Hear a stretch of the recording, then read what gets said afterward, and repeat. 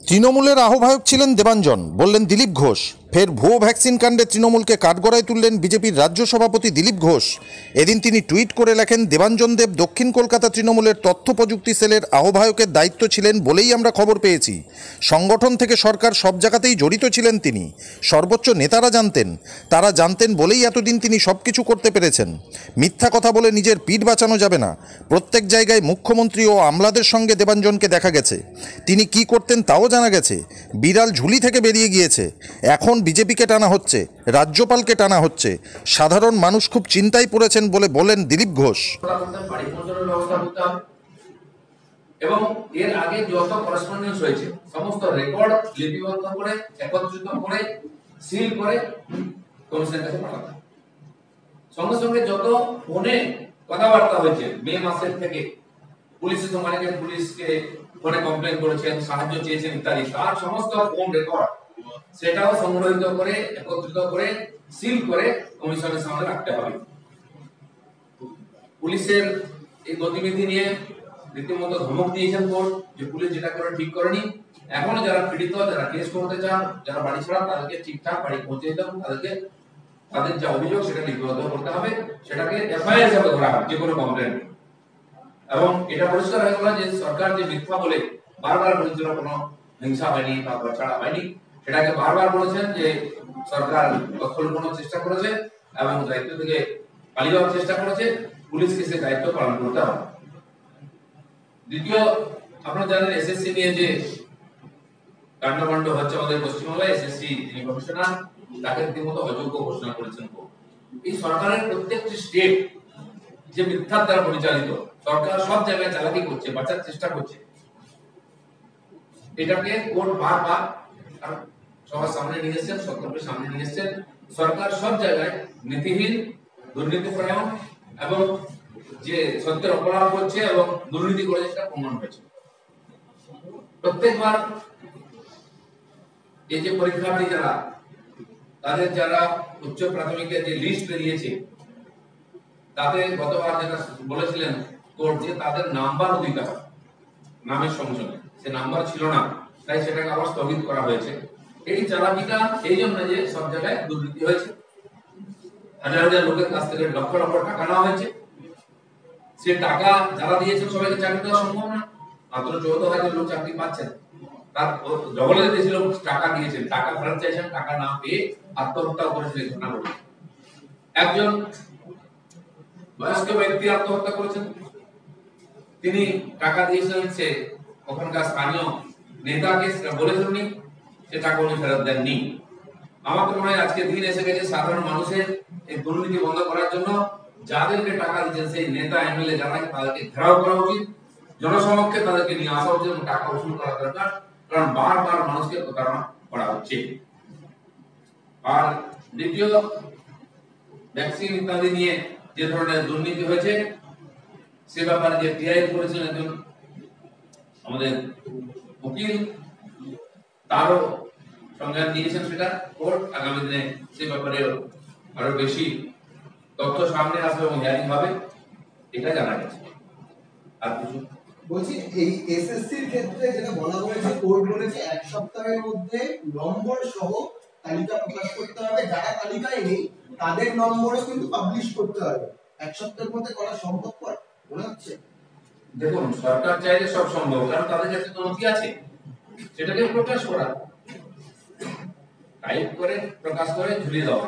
সমস্ত পরীক্ষার্থীদের খাতা চেক করা হচ্ছে, নম্বর দেওয়া হচ্ছে, রেজাল্ট আকারে সরকারের কাছে আছে, সেটাকে প্রকাশ করা মাত্র। কিন্তু প্রকাশ করতে গেলে সেখানে যে দুর্নীতি হয়ে যায় প্রকাশ হয়ে যায়, কারণ অনেকে আছেন যারা নম্বর কম পেয়েছেন কিন্তু তাদেরকে সামনে নিয়ে আসবে, সে নাম পাল্টাপাল্টি হচ্ছে। এর আগে আমরা দেখেছি মেধা তালিকাতে 1 নম্বরে চলে এসেছে এমন ব্যক্তি, তার বাবা এমএলএ টিএমসি জয়েন করার জন্য, তার আগে লিস্ট তার নামই ছিল না। এই ধরনের বহু ঘটনা বাংলার মানুষ দেখেছেন। আর সেটা কোর্টের কাছে যখন পৌঁছেছে, কোর্ট সেটা মেনে নিয়ে এর পিছনে দুর্নীতি স্বীকার করে সেটাকে সামনে আনার চেষ্টা করছেন, যাতে স্বচ্ছতা আসে। তার জন্য সরকারকে এই আদেশ দিয়েছেন। আমার মনে হয় সরকারের এটা মেনে সত্য সামনে আনা উচিত এবং সমস্ত মানুষের জানার অধিকার আছে যে পরীক্ষায় কতটা স্বচ্ছতা থাকে এবং কোথায় দুর্নীতি হয়েছে। এবং যারা এর সঙ্গে যুক্ত আছেন, আমার মনে হয় মানুষের সামনে এসে অভিযোগ করা উচিত সেই সমস্ত দোষীদের সাজা করা দরকার আছে। একটা টুইট করেছেন দেবাঞ্জন দেব, ভুয়ো কাণ্ডের যিনি ভ্যাকসিন কাণ্ডে অভিযুক্ত, তিনি দক্ষিণ কলকাতা তৃণমূলের তথ্য প্রযুক্তি সেলের আহ্বায়কের দায়িত্বে ছিলেন, আপনি টুইট করেছেন, বিষয়টা একটু বলুন কিভাবে আপনি শুনুন, অনেক তথ্য আছে, আপনারাও জানেন, আমরাও জানি, অনেকে বলছেন না, আমাদের কাছে তথ্য আসছে, আমরা জানতে পেরেছি বিশেষ সূত্রে যে উনি টিএমসি দক্ষিণ কলকাতা জেলার আর তথ্য বিভাগের প্রমুখ ছিলেন, বা তার মধ্যে একজন নেতা ব্যক্তি ছিলেন। শুধু এটা না, বিনয় মিশ্রের কথা আমি জানি, তিনি এত বড় একজন ইন্টারন্যাশনাল স্মাগলার গরু কয়লা সবসময় যুক্ত, তিনি তাদের যুব সংগঠনের ভাইস প্রেসিডেন্ট ছিলেন, জানা যাচ্ছে এখন বিদেশি নাগরিক পর্যন্ত। আলাদা দেশ তৈরি করা হয়েছে পালাবার জন্য। কত বড় ফ্রড, খুব দূরে এই সমস্ত দুর্নীতি, এত বড় অন্যায়কে চাপা দেওয়া সম্ভব না। চিঠি লিখেছেন প্রধানমন্ত্রী নরেন্দ্র মোদীকে এবং তারা দাবি করেছেন যে সলিসিটর জেনারেল পদ থেকে তুষার মেহতাকে সরাতে হবে, তার কারণ নারদায় অভিযুক্ত শুভেন্দু অধিকারীর সঙ্গে তিনি একান্ত বৈঠক করেছেন এবং অভিষেক ব্যানার্জি টুইট করেছেন। শুভেন্দু বাবুর সঙ্গে মিটিং হয়েছে, এর কোনো তথ্য প্রমাণ নেই। দুজনেই বলেছেন, তুষার মেহতাও বলেছেন, শুভেন্দু বাবু টুইট করেছেন যে তুষার মেহতা যাকে কেন্দ্র করে তিনি বলেছেন যে হ্যাঁ, আমার বাড়িতে এসেছিলেন, অফিসে বসেছিলেন, আমার কাছে প্রচুর কাজ ছিল, সেদিন আমি বিভিন্ন মিটিং এ ছিলাম, আমার সঙ্গে দেখা হয়নি, আমার অফিস থেকে বলা হয়েছে দেখা হবে না, ওটা তারপরে চলে গেছেন, দেখা হয়নি। যারা বলছেন দেখা হয় তাদের দায়িত্ব তথ্য প্রমাণ দেওয়া। শুভেন্দুবাবু বলেছেন যে ওনার সঙ্গে কোনো মিটিং হয়নি। প্রশ্ন হচ্ছে যে আজকে তারা কাকে সরাতে বলবেন? গভর্নর যেহেতু সব সত্য সামনে নিয়ে আসছেন, অন্যায় প্রতিবাদ করছেন, গভর্নরকে সরাতে হবে। বিরোধী দলের নেতা শুভেন্দুবাবু যেহেতু গেছেন, হতে পারে তিনি কোনো উদ্দেশ্যে গেছেন। আজকে আমরা যে নাটক দেখলাম বিধানসভা, মুকুল রায় বাংলার একজন বরিষ্ঠ নেতা, বিজেপি সিম্বলে জিতে টিএমসি প্রকাশ্যে জয়েন করে ঝান্ডা নিলেন এবং নির্লজ্জের মতো আমাদের বেঞ্চে বসে আছে। সিএজি চেয়ারম্যান হতে হবে নাকি? এবং আমরা যেমন পক্ষ ত্যাগ করে দুর্নীতি ত্যাগ করেননি, উনি কোন দিকে আছেন? ত্রিশঙ্কু হয়ে গেছেন। এটা ওনাকে ঠিক করতে হবে। এই ধরনের জটিল বিষয় আলোচনার জন্য যেতে পারেন শুভেন্দু, হয়তো দেখা হয়নি, কথা হয়নি, এগুলো সত্যিকার সাংবিধানিক প্রশ্ন উঠেছে। যারা মিথ্যা বলে এখন তুষার মেহতাকে অপসারণ করুন, হয়তো হোম মিনিস্টারের সঙ্গে দেখা করবেন, তাকে অপসারণ করতে বলবেন, প্রাইম মিনিস্টারের সঙ্গে দেখা করবেন, তাকে বলবেন। কোন সময় যদি উনি প্রেসিডেন্টের সঙ্গে দেখা করেন, বলবেন যে কেন শুভেন্দু প্রেসিডেন্টের সঙ্গে দেখা করেন, তাকে অপসারণ করা। এটা কোনো রাজনীতি, এটা কোনো পার্টি হলো বাঁচার জন্য সবাইকে অপসারণ করতে। যিনি মুখ্যমন্ত্রী হিসাবে ইলেকশন লড়েছেন, নির্বাচন হেরেছেন, পেছনের দরজা দিয়ে বিধায়ক না হয়ে মুখ্যমন্ত্রী হয়েছেন, তাকে অপসারণের কথা কেউ বলছেন না। সম্পূর্ণ অনৈতিকভাবে করেছেন। যে মন্ত্রীরা, যে নেতারা বান্ডিল বান্ডিল টাকা নিয়েছে টিভির পর্দায় আমরা দেখেছি, তাদের বিরুদ্ধে প্রশ্ন উঠছে না। আমাদের মাননীয় গভর্নরের নাম কোথায় কে লিখে রেখেছে, কার সেটা মমতা ব্যানার্জির ডায়েরি হতে পারে বা রবি হাকিমের ডায়েরি হতে পারে, কে জানে কার জয়েন্টের ডায়েরি কি, সেটা থেকে তাকে দোষী প্রমাণ করা হচ্ছে। আর কোটি কোটি মানুষ যাদেরকে টাকা দিয়ে দেবে ক্যামেরার সামনে, তারা দোষী না। তার জন্য মুখ্যমন্ত্রীকে গিয়ে ধর্ণা দিতে হয়, রাস্তা ঘেরাও করা হচ্ছে, সিবিআই কে চমকানো হচ্ছে, রাজ্যপালের ভবন ঘেরাও করা হচ্ছে। কোথায় পৌঁছেছে রাজনীতি? এই দিনটা আজকে রাজ্যপাল বিধানসভায় ভাষণ দিতে গেলেন সেখানে বিজেপির বিধায়কদের তুমুল বৈঠক করে মাঝখানে তিনি ভাষণ দিতেই পারলেন না, করতে পারলেন না, বিধানসভা ছেড়ে বেরিয়ে গেলেন। এটা বিরোধী ঘটনা, পশ্চিমবঙ্গে আগে ঘটনা ঘটে। পশ্চিমবঙ্গে এখন যা হচ্ছে, এই যে আমাদের এমএলএ অন্য পার্টি জয়েন করার পর তাকে বিরোধী পার্টি দেখিয়ে সিএজি পিএসসি চেয়ারম্যান করার কথা হচ্ছে, এটা বিরোধী নয়। এটা কি নৈতিকতা নয়, নাকি সংসদের রাজনীতির কোনো উল্লেখ আছে? তো যেমন কুকুর তেমন মুকুর দিতে হবে। আমরা এখানে আমাদের প্রস্তাব আছে, রাজনৈতিক প্রস্তাব, আমাদের রাজ্য সমিতির যে বৈঠক হলো সেখানে প্রস্তাব নিয়েছিলাম। এই সরকার যদি অনৈতিক কাজ করে, আমরা বলেই দিয়েছিলাম পিএসসি চেয়ারম্যান বানাতে গিয়ে যে অনৈতিকতার আশ্রয় নেওয়া হচ্ছে, যদি সরকার এরকম করে জনস্বার্থে আমরা সব স্টেপে বিরোধিতা করবো এবং আমরা যা প্রস্তাব নিয়েছি সেটাই করেছি। আমাদের বিরোধী দলনেতা নেতৃত্ব দিয়েছেন, ওখানে সমস্ত বিধায়করা ছিলেন। যে হিংসা নিয়ে 2 মাস ধরে পশ্চিমবঙ্গ চলছে, আজ কোর্ট সেটা স্বীকার করেছেন, স্বীকৃতি দিয়েছেন অন রেকর্ড। তার জন্য সরকারকে স্টেপ নিতে বলেছেন, পুলিশকে ধমকেছেন, সেটাকে অস্বীকার করেছেন মুখ্যমন্ত্রী। এখন হাজার হাজার লোক ঘরের বাইরে আছেন, সেটা সে অস্বীকার করেছেন তার ক্যাবিনেট মন্ত্রী। সেই সরকারের কি নৈতিক অধিকার আছে এই ধরনের? আর তাদের লেখা রাজ্যপালকে দিয়ে পড়িয়ে নেওয়া হচ্ছে যে রিপোর্টের মধ্যে এই হিংসা, তার সম্বন্ধে একটা কথা না। নির্বাচনের পরে 41 জন মারা গেছেন রেজাল্ট করে, তার সম্বন্ধে একটা কথা নেই।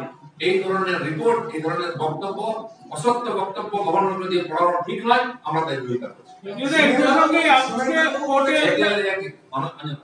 দিলীপ দায় কিছুক্ষণ আগে মুখ্যমন্ত্রী বিধানসভায় বলেছেন রাজ্যপাল ভাষণ করার জন্য তাকে ধন্যবাদ।